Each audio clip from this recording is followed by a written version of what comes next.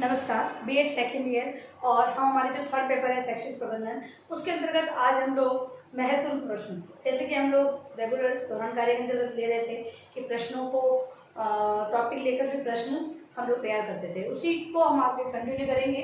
आज हम लोग देखेंगे कि महत्वपूर्ण प्रश्न इकाई जो 3 है उसी के अंतर्गत मैं आज आपसे एक जो प्रश्न है उसके बारे में चर्चा करूंगी और उससे संबंधित कुछ तथ्य के आंसर हम लोगों को किस प्रकार लिखना होता है उसके बारे में बात करेंगे। तो समय सारणी आज हम पढ़ेंगे कि समय सारणी का अर्थ को बताते हुए उसकी आवश्यकता, महत्व और सिद्धांतों की बात हमको करनी है कि समय सारणी है वो क्या, उसका क्या अर्थ, वो क्यों उपयोग में ली जाती है, ठीक है ना, किस अर्थ से। पहले तो सबसे पहले उसका अर्थ समझेंगे, फिर उसकी आवश्यकता की हम लोग बात करेंगे, उद्देश्य की, और फिर महत्व को देखते हुए हम लोग सिद्धांतों की बात करेंगे। तो किस प्रकार से हम लोग आंसर दे सकते हैं, तो समय सारणी की हम लोग बात करेंगे। समय सारणी सबसे पहले हम लोग देखेंगे इसका अर्थ, क्या अर्थ था, समय सारणी का अर्थ क्या होता है। तो समय सारणी समय प्रबंधन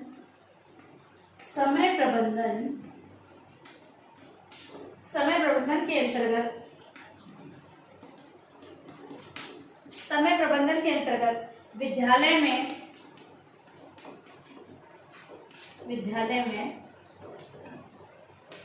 समय विभाग चक्र का निर्माण किया जाता है।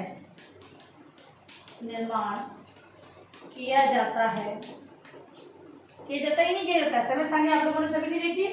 तो समय सारणी मतलब समय प्रबंधन के अंतर्गत जो मूल टॉपिक हमारा है वो समय का प्रबंधन है। उसके अंदर विद्यालय कैलेंडर आता है, वार्षिक योजना वगैरह सभी प्रकार की आती है, और उसी का जो छोटा रूप है हमारा समय सारणी, वो बहुत महत्वपूर्ण है। समय सारणी अगर नहीं होगी तो किसी भी अध्यापक को पता नहीं चलेगा कि हमें किस कालांश में किस कक्षा में जाना और कौन सा विषय पढ़ाना है। सभी अध्यापक अपनी मर्जी से विषय पढ़ाएंगे और अपनी मर्जी से कक्षा में जाएंगे, तो कुछ कालांश तो उनके पूरे हो पाएंगे और कुछ कालांश में कक्षा में शिक्षक रहेंगे ही, ठीक है। तो इसलिए समय सारणी वो अपनी भूमिका निभाती है। कोई अगर चेकिंग पर भी आ जाए तो समय सारणी अगर बनी हुई होगी तो प्रधानाचार्य को ये बताने की आवश्यकता नहीं होगी कि कौन सी कक्षा में कौन सा अध्यापक है।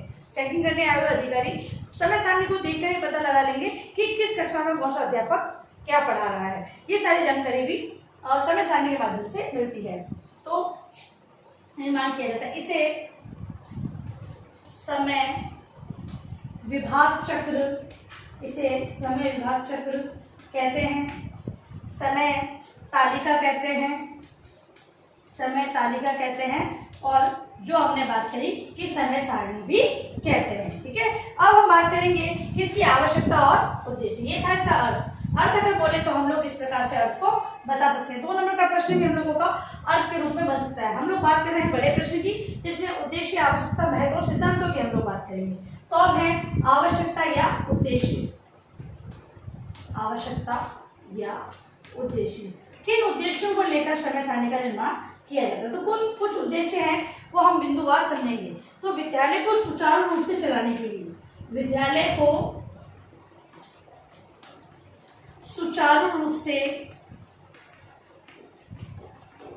चलाने के लिए, देखो आवश्यकता क्या है, विद्यालय को सुचारू रूप से चलाना है तो हम इसका उपयोग करते हैं। और उद्देश्य भी क्या है, हमने किस उद्देश्य से समय सारणी का निर्माण किया है, तो हम समय पर हमारी सारी कक्षाएं सुचारू रूप से चले, इसीलिए उसका निर्माण किया जाता है। दूसरी बात है पुनरावृत्ति की संभावना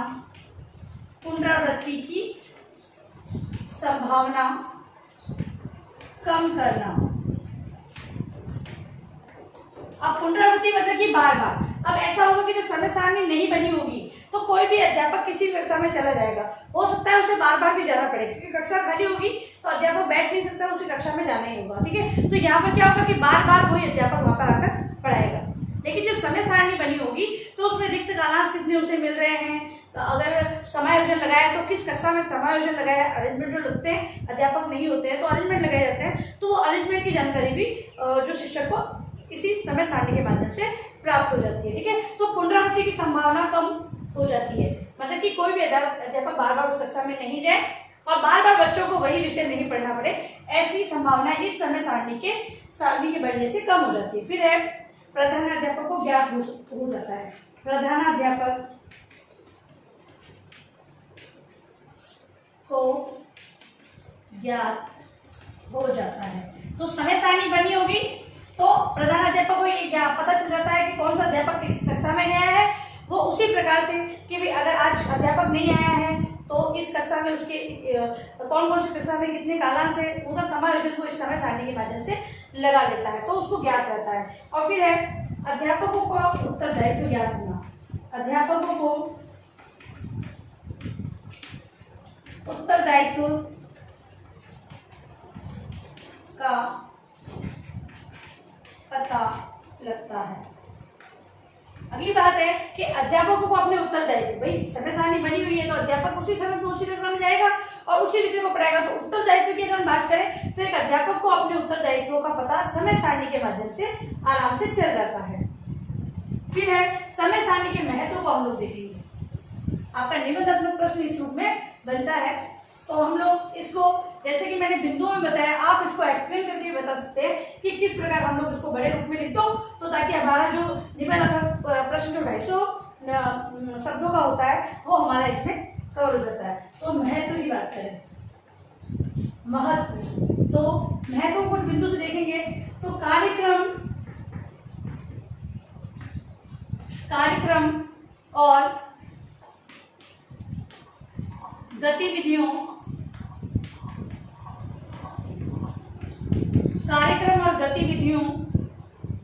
को का समुचित ज्ञान। समय सारणी के माध्यम से कार्यक्रम और गतिविधियों का समुचित ज्ञान हो जाता है। महत्वपूर्ण, जैसे कि अगर हम लोग कालांश जैसे रखे जाते हैं, देखो कि हम लोग देखते हैं कि हमारा जो आपका थर्ड पेपर है उसी में हम लोगों ने देखा है कि बच्चों के जो ज्ञान वर्धन के लिए, उनका उत्साह वर्धन के लिए बाल सभा का आयोजन किया जाता है, जिससे बालकों की जो सृजनात्मकता जो छुपी हुई है वो बाहर निकल के आती है। तो ये बाल सभा वगैरह जो करवाई जा रही है या कोई एक्स्ट्रा क्लास ली जा रही है, उसकी सारी योजना होती है और वो योजना है वो समय सारणी के माध्यम से हम लोग पूरा कर सकते हैं। क्योंकि समय सारणी जो बनाई जाती है उसमें सर्वप्रथम 0 कालांश की व्यवस्था होती है और अंतिम कालांश होता है वो खेलकूद या फिर कोई ऐसे सरल विषय का होता है। तो यहाँ पर मार्जिन होता है कि जो कोई कार्यक्रम या गतिविधि करवाई जाए तो उस समय सारणी के माध्यम से हम लोग सुचारू रूप से चालू कर सकते हैं। नेक्स्ट है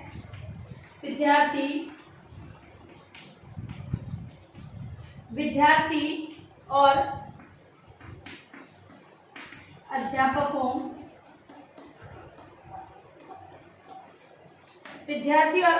को निर्धारित समय का ज्ञान।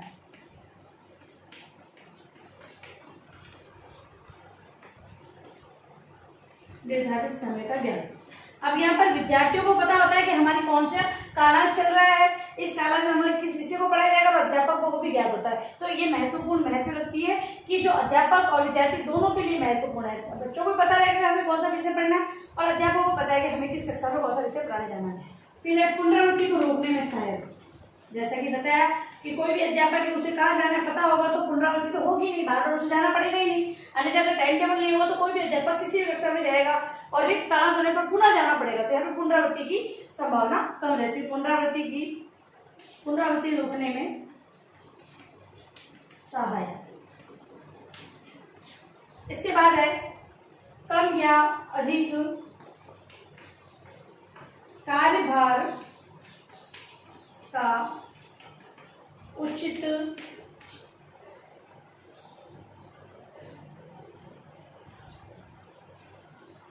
उपयोग।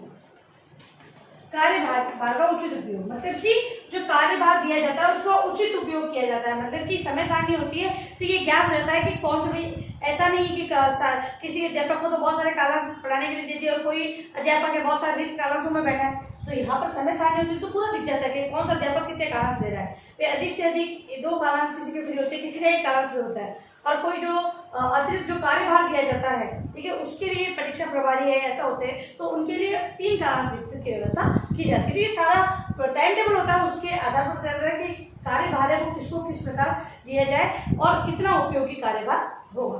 नेक्स्ट है सभी विषयों को समय। लास्ट जो है महत्व वो है, लास्ट है सभी विषयों को समय। मतलब कि समय सारणी बनी होती है तो सभी विषयों को समय मिलता है। ऐसा नहीं कि हर क्लास में केवल आज गणित पढ़ा दिया तो कल इंग्लिश पढ़ा दिया, ऐसे नहीं, सभी विषयों को समय मिलता है, बराबर समय सभी को दिया जाता है। जैसे कि 35 मिनट का जो कालांश होता है वो सभी के लिए बराबर होता है। जैसे कि कोई विषय से होते हैं, जैसे कि हम लोग छोटी कक्षाओं की बात करें तो 4 सब्जेक्ट होते हैं, तो यहाँ पर उनके 2-2 कालांश लगाए जाते हैं। और बड़ी कक्षा में आकर जो कठिन विषय होते हैं उनके तो 2-2 कालांश रखते हैं, यानी कि 6 कालांश। मंडे टू सैटरडे 6 कालांश तो होते ही हैं। इसके अतिरिक्त मंडे टू वेडनेसडे 3 कालांश दे दिए जाते हैं, या फिर थर्सडे टू सैटरडे उनको 3 कालांश दे दिए जाते हैं। इस प्रकार 9 कालांशों की व्यवस्था होती है। तो अगर बोले तो सभी विषयों को समान कालांशों की व्यवस्था हो जाती है। अब है समय सारणी के सिद्धांत, निर्माण के सिद्धांत। समय सारणी निर्माण के सिद्धांतों की बात हम लोग करेंगे। तो सिद्धांत है, समय सारणी जब बनाई जाती है तो कुछ सिद्धांतों प्रिंसिपल्स है उनको अपनाना जरूरी होता है। क्यों? क्योंकि अगर समय सारणी है वो सिद्धांतों पर नहीं आधारित होगी तो कोई भी इसका उपयोग सही तरीके से नहीं कर पाएगा। भाई सरकार है वो सोचे कि हमने पाठ्यक्रम बना लिया, हम ही हमारे हिसाब से जो है कि समय सारणी का भी डिवाइडेशन है, नहीं। यहाँ पर प्रधानाध्यापक को छात्र हित और अध्यापकों के हित में रखते हुए समय सारणी का निर्माण करना होता है, तो वही सिद्धांत है। तो समय सारणी के 2 प्रकार के सिद्धांत होते हैं।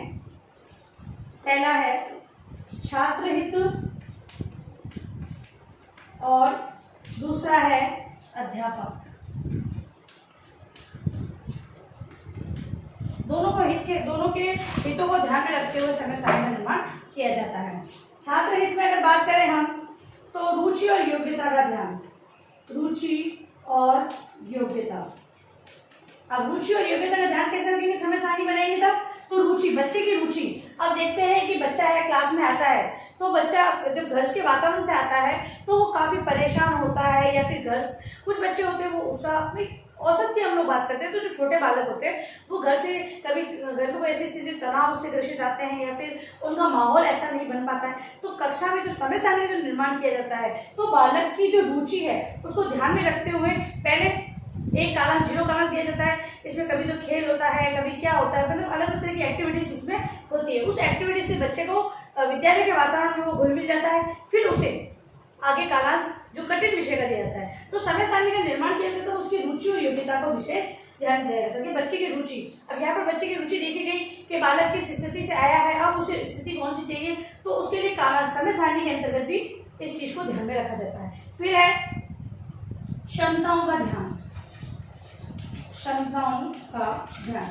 क्षमताओं का ध्यान मतलब कि जब समय सारणी बनाई जाती है तो बच्चे की क्षमता कितनी है। भाई बच्चों को ऐसे नहीं कि सारे विषय कठिन विषयों के कालांश एक साथ लगा दिए तो बच्चा क्या बोरियत महसूस करेगा और वो उस चीज को पढ़ेगा ही नहीं, पढ़ेगा लेकिन उतने ध्यान से नहीं पढ़ेगा, इसीलिए उसकी क्षमताओं को ध्यान में। फिर है व्यापकता,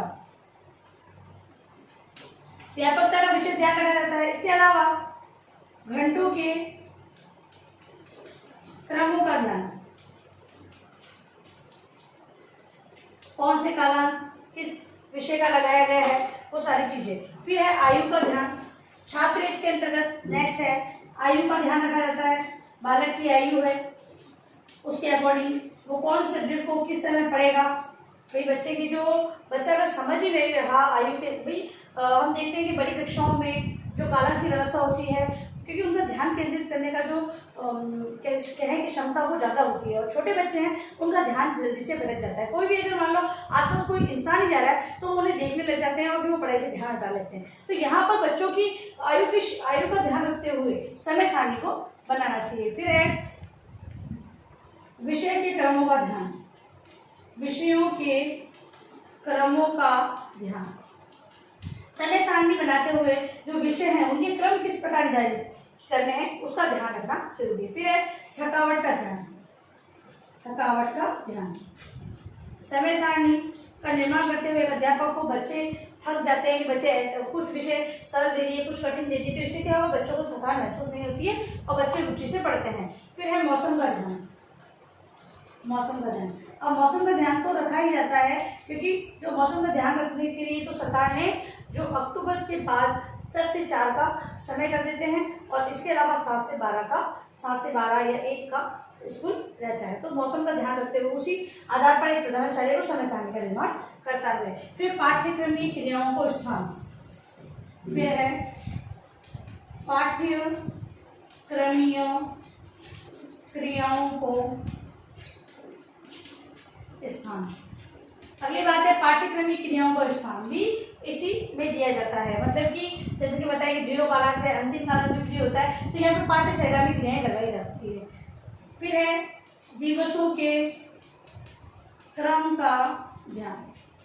दिवसों के क्रम का ध्यान मतलब कि जो शनिवार और सोमवार है, ऐसा समय होता है जब बालक छुट्टी या तो छुट्टी उनकी होने, शनिवार है तो उन्हें पता है कि संडे है, छुट्टी है, तो वो अवकाश का दिन है। तो कालांशों की व्यवस्था भी ऐसी की जाए कि बालक है वो शनिवार को रविवार को मतलब कि सदुपयोग कर सके, जो समय का सदुपयोग कर सके, इसी प्रकार से कालांश की व्यवस्था करनी चाहिए ताकि बच्चे हैं वो भी रुचि से अध्ययन कर सकें। फिर है अध्यापक हित। अब अध्यापक के हित, क्योंकि जो सारे शिक्षण कार्य हो किस पर टिका है, अध्यापकों पर टिका है, तो अध्यापक का हित जरूरी ध्यान रखना है। फिर है कार्य की व्यवस्था। अब कार्य की व्यवस्था के अंतर्गत जो सभी प्रकार के जो कार्य बांटे जा रहे हैं, अध्यापकों को समान कार्य दिए जाएंगे, तब उनमें कोई मतभेद नहीं होगा और कार्य करने में उन्हें रुचि उत्पन्न होगी। फिर है रुचि और योग्यता। रुचि और योग्यता, योग्यता से मतलब कि डिग्री से है, और रुचि एक अध्यापक की उसमें रुचि होनी चाहिए, तभी उसे वो कार्य सौंपना चाहिए। भाई और वो कार्य भी दे दिया जाए, ऐसा नहीं कि उसे कार्य नहीं देना है, कार्य तो देना है, लेकिन उसे ऐसा कार्य दिया जाए जो उसकी योग्यता, जो उसमें वो योग्यता रखता हो, योग्य हो और वो रुचि रखता हो। फिर है कार्य वितरण समान। कार्य वितरण समान, कार्य वितरण के समान की हम बात करें तो इसमें जो हमारा मतलब बताया गया है कि क्योंकि हम लोग देखेंगे हमारी पाठ्य सहगामी क्रियाओं के बारे में हम लोगों ने विस्तार से इस अध्याय में पढ़ा है, ठीक है। अब लोग हम दोहरान कार्य कर रहे हैं, हम ये पढ़ चुके हैं, तो उसमें ये बताया गया है कि अगर पाठ्य सहगामी क्रिया जब करवाई जाए तो मोस्ट काम है जो कार्यभार सभासद थे उन्हें दे। इसके अलावा बच्चों को नियंत्रण करने का कार्य है, बच्चों को बैठाने का कार्य है, ये सारे कार्य भी अध्यापकों को दिए जा सकते हैं, इससे कि उन्हें लगेगा कि हमें भी कोई व्यवस्था दी गई है, और जो दूसरे कार्य ज्यादा कर रहे हैं उन्हें भी ऐसा नहीं लगे कि इनको कोई कार्य नहीं दिया गया है। तो कार्य का वितरण समान होना चाहिए। फिर है शारीरिक योग्यताओं, शारीरिक योग्यताओं और मनोवृत्तियों का ध्यान।